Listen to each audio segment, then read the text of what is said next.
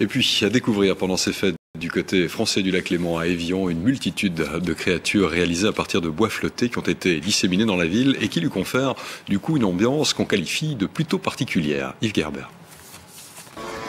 Sur les bords du Léman, les flottins font la ronde. Ces flottins, ce sont des créatures fabuleuses, animaux fantastiques, elfes, ondines ou farfadets qui ont dévalé les torrents alpins pour s'échouer sur la plage d'Évian. Et parmi ceux qui leur ont redonné la vie, il y a Pierre Chamou. Sculpteur inspiré par l'art brut et le land art, il ramasse inlassablement le bois flotté pour réaliser ces étranges installations.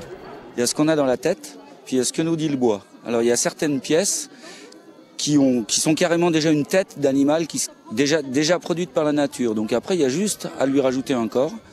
Autrement, il y a tout un boulot de charpentage pour faire des cabanes qui font comme le poisson. Je passe par une maquette. Et après, je vais construire un bateau à l'envers qui va devenir un poisson, par exemple.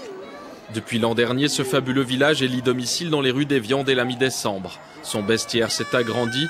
Les élèves scolarisés dans la région ont apporté leurs propres créations, des œuvres poétiques qui font le bonheur des petits comme des grands.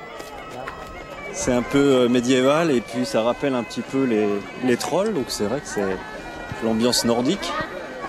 Donc on s'attend aussi à voir peut-être le Père Noël. J'ai cassé la cachichi. Pour y ajouter une pincée de magie, les comédiens du théâtre de la Toupine papillonnent d'un visiteur à l'autre pour lui conter des histoires en catimini.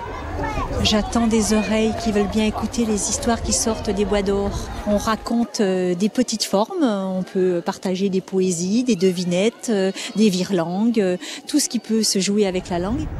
La légende raconte aussi qu'à la nuit tombée, les êtres jouent aussi des tours et renvoient l'homme face à ses propres mystères.